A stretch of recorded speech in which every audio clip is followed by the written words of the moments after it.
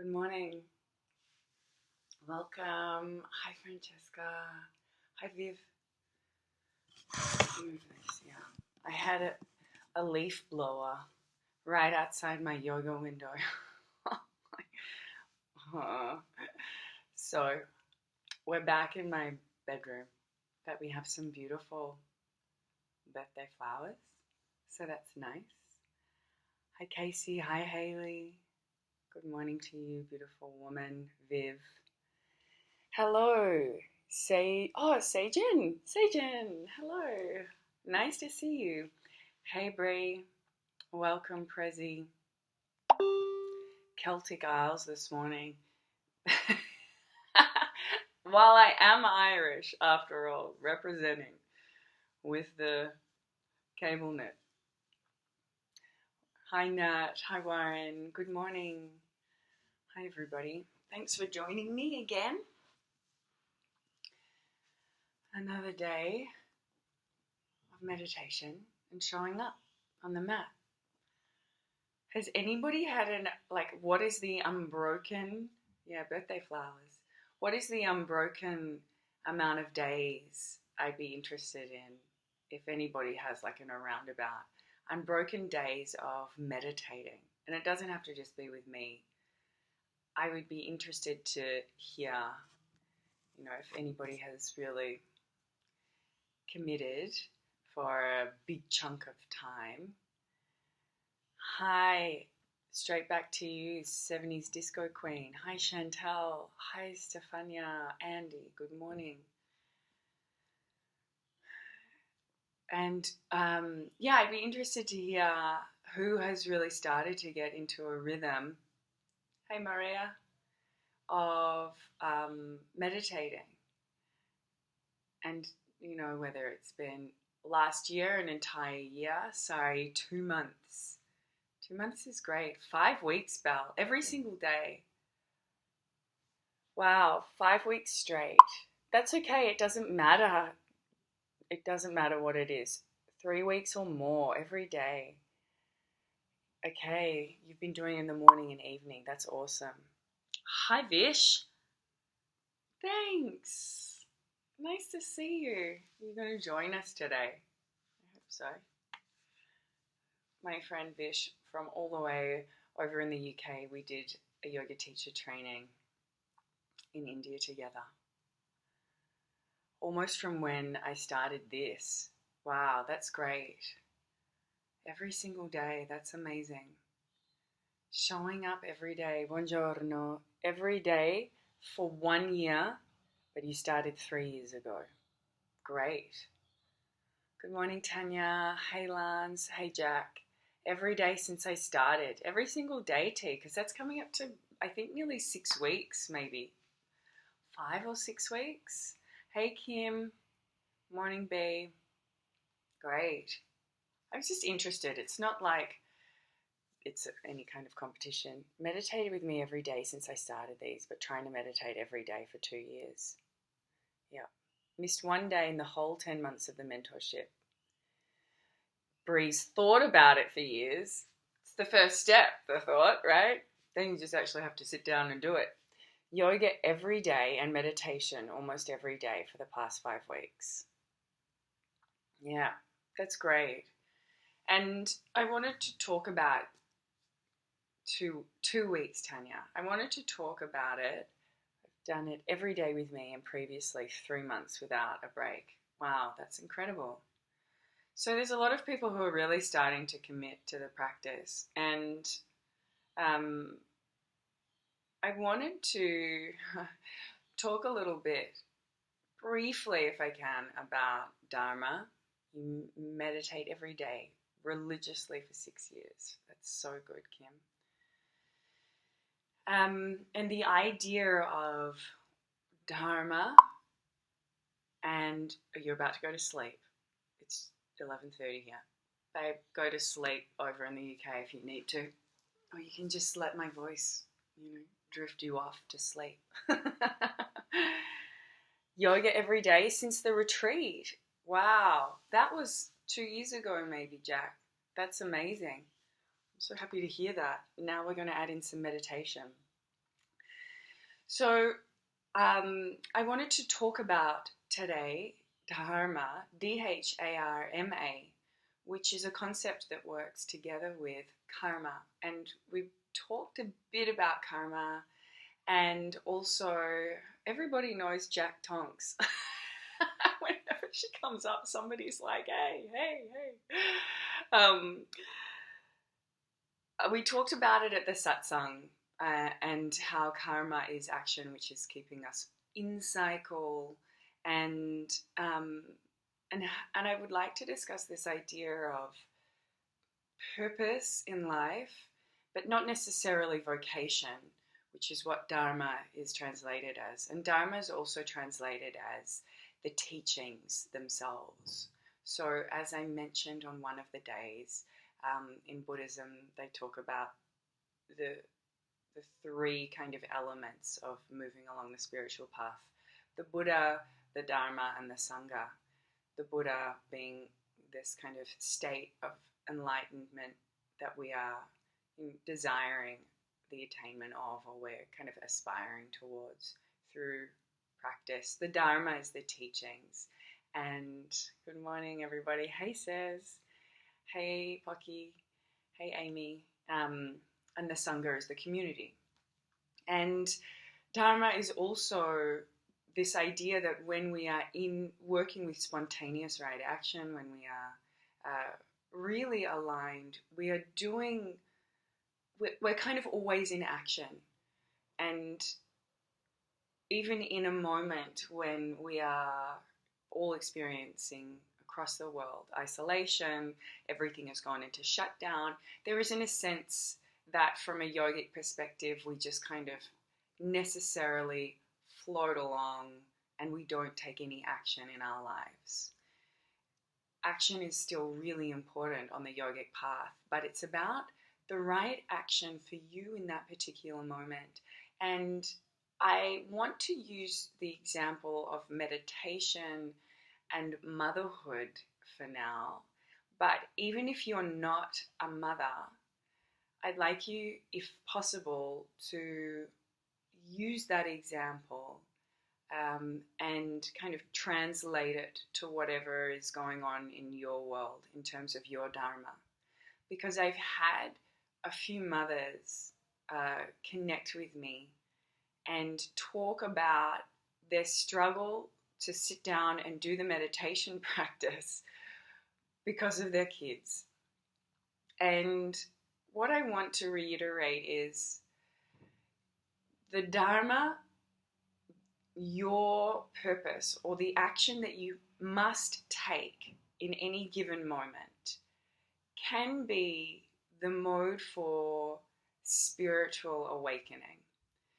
So when it comes to motherhood in particular, but you could translate this to anything that's going on in your life, there's no sense that you have to resist this necessary action.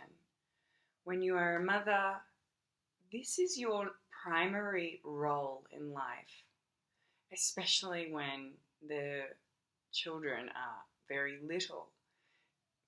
Your whole world revolves around taking care of and ensuring the health and safety and love of that being.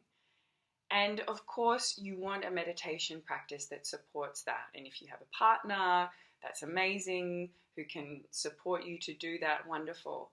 But when you sit down to meditate and you're a mother, and then you hear your child crying, and you come out of your meditation, there can be this moment of like, oh,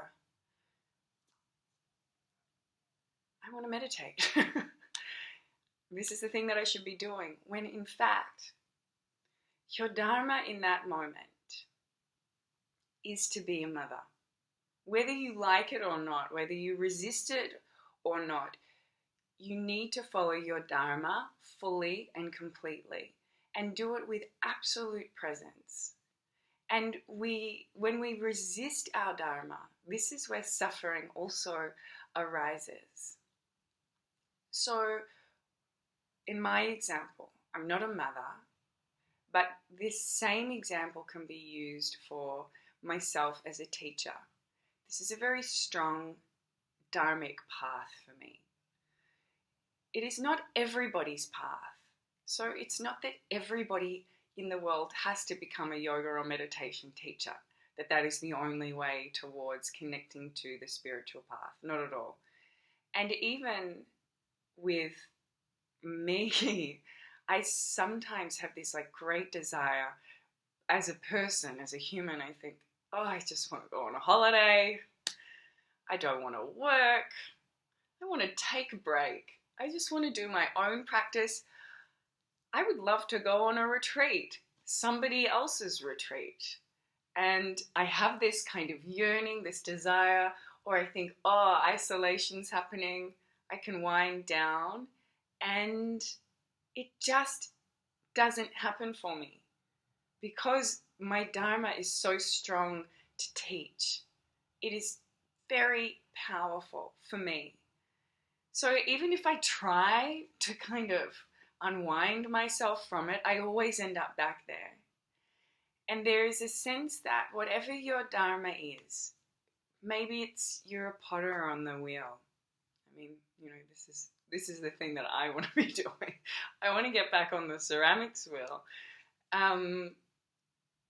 This can be your mode.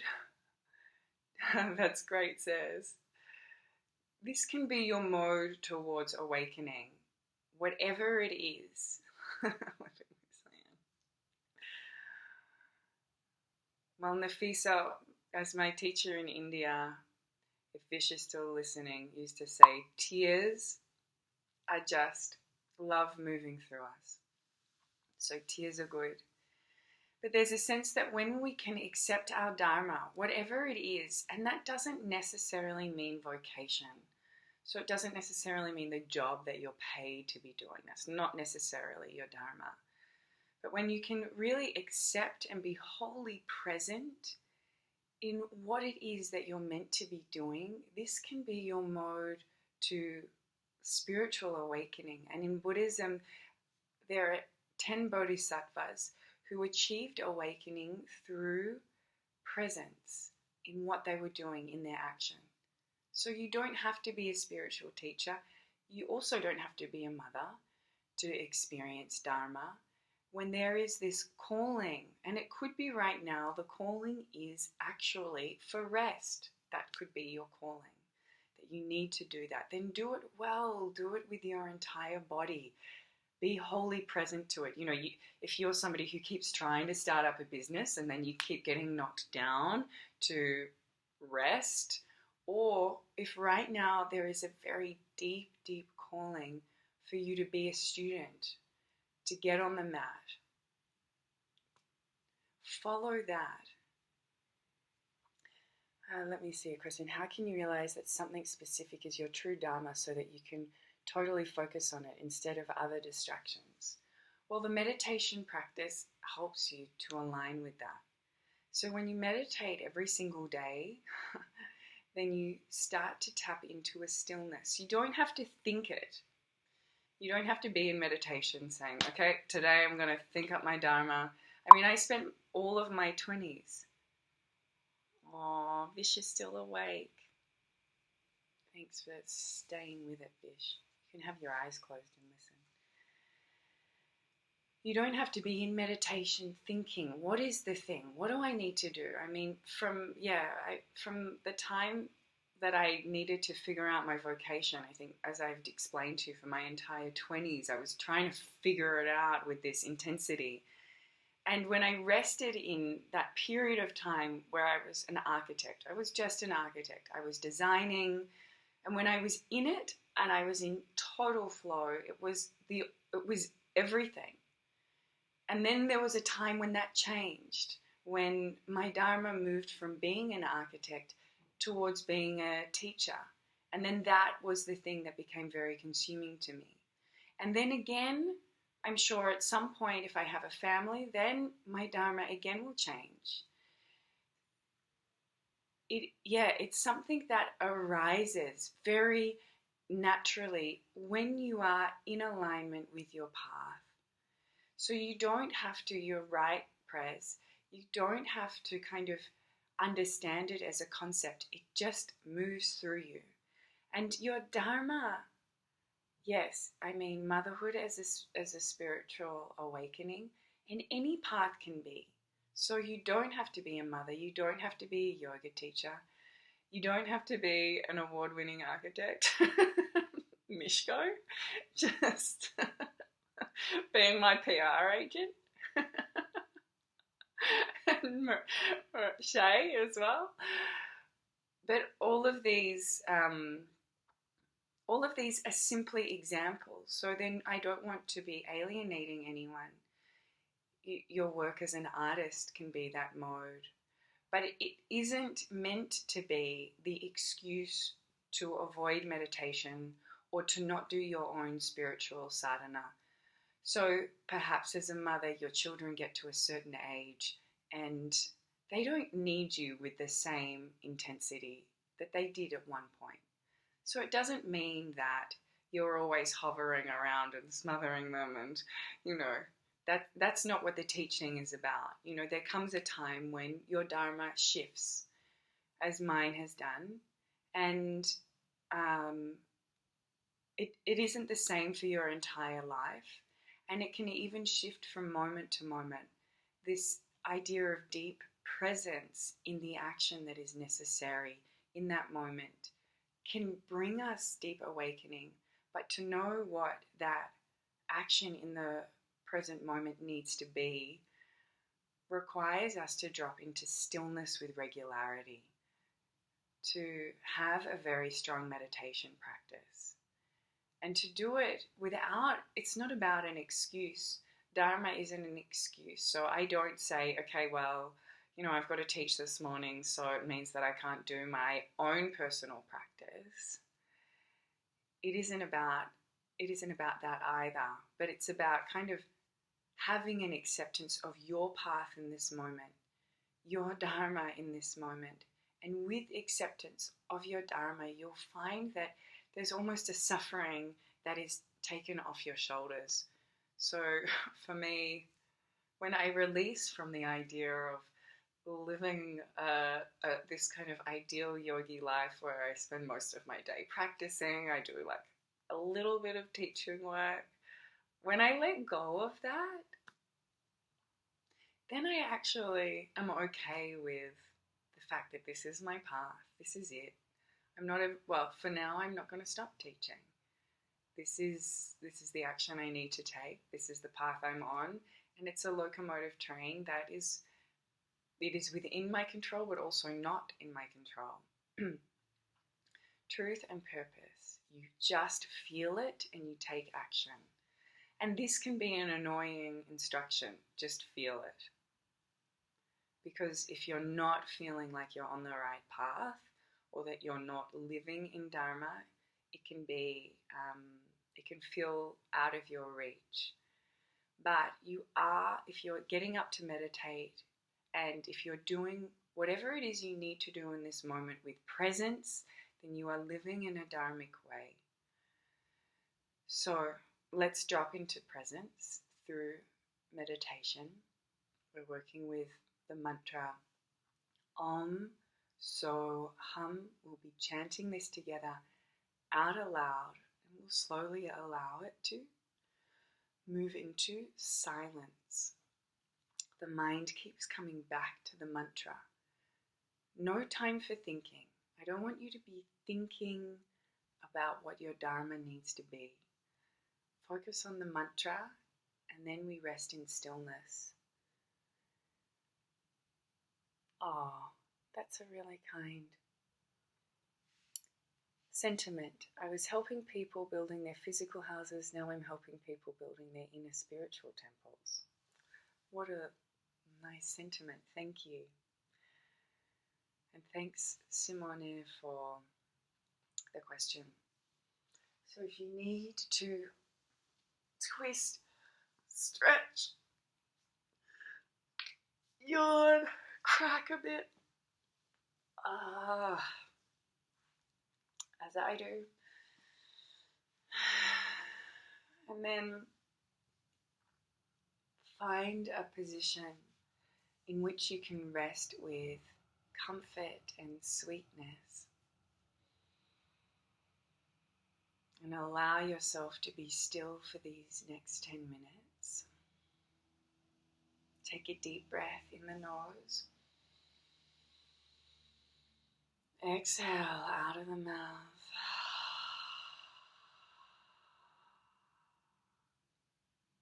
Again.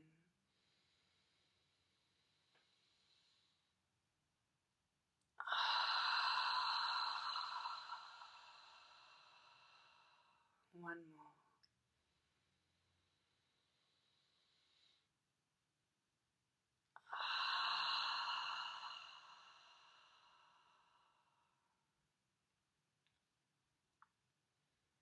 And we prepare for practice through the tantric technique of consecration.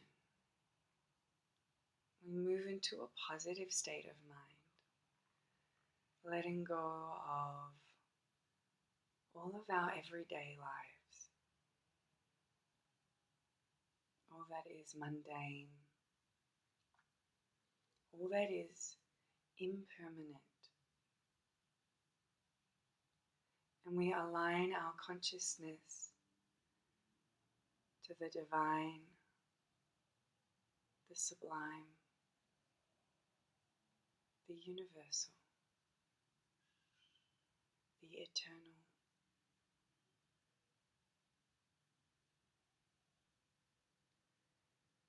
And from this positive state of mind, consecrate your practice. Palms out in front. Offer up all of the karmic fruits of this meditation to a greater power, divine consciousness, and wait for a response.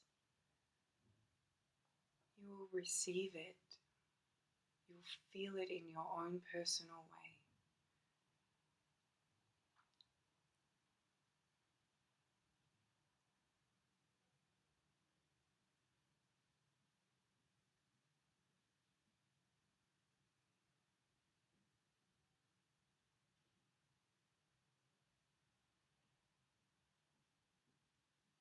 Now please rest the palms. We move into mantra. You're welcome to say it out aloud with me.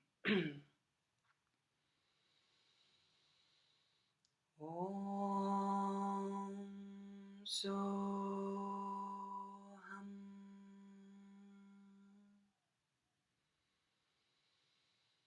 Om Soham.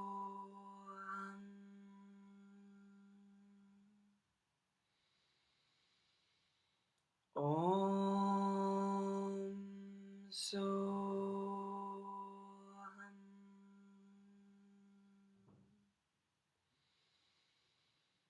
Om Soham.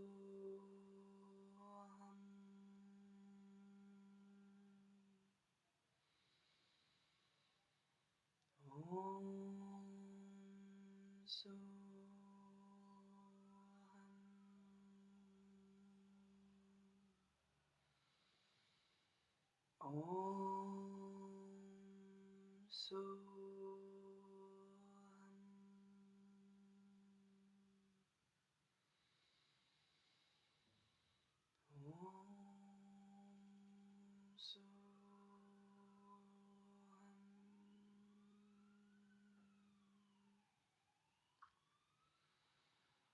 Om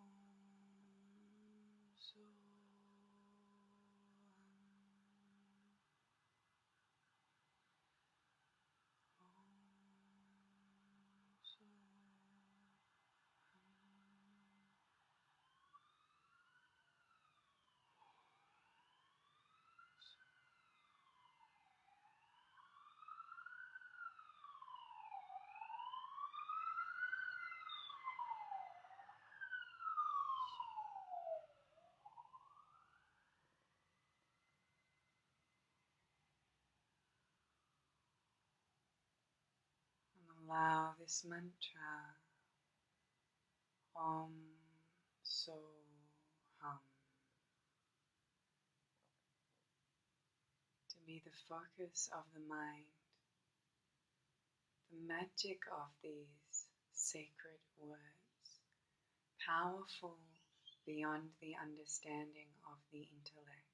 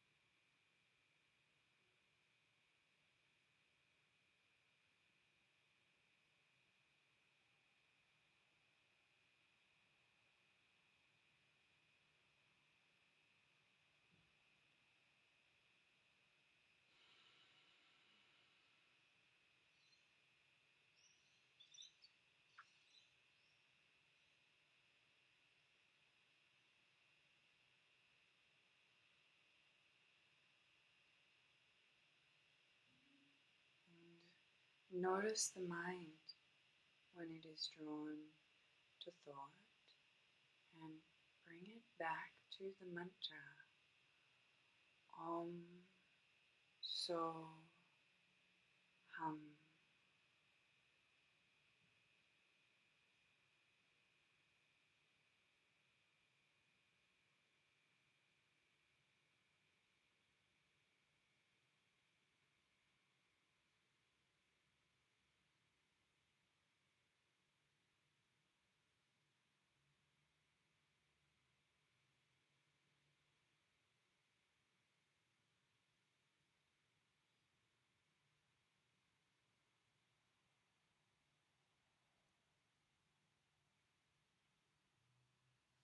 For the final few moments, please bring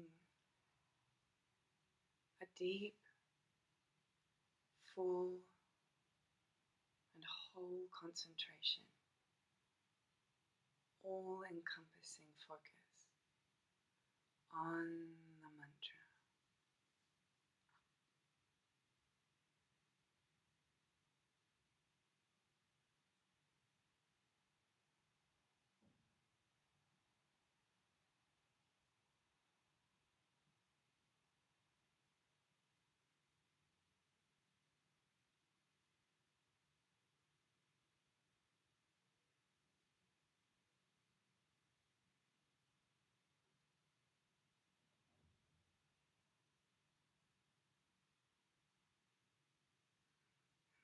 Now allow the mantra to fade out of the consciousness, but keep the focus, your awareness now without an anchor,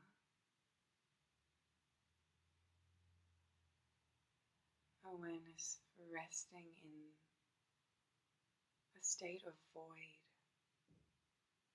expansiveness.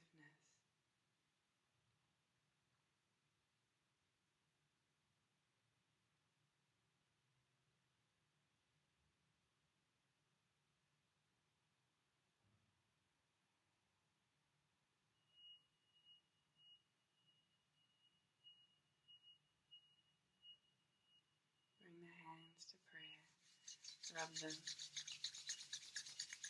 press them together, rest them against the heart space, connecting to the vagus nerve that moves from the third eye down into the heart, connecting mind and heart. We seal with One round of Om. Cleansing breath.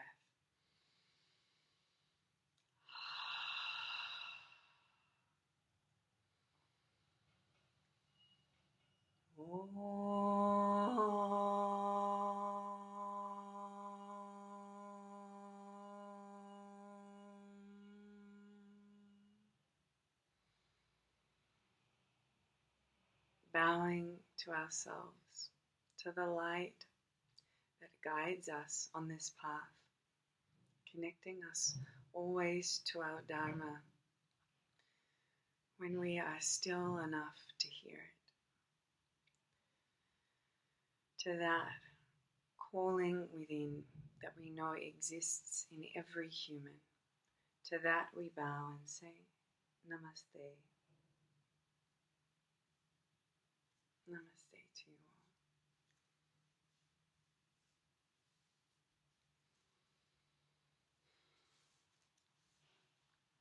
Thanks, Al. I forgot to mention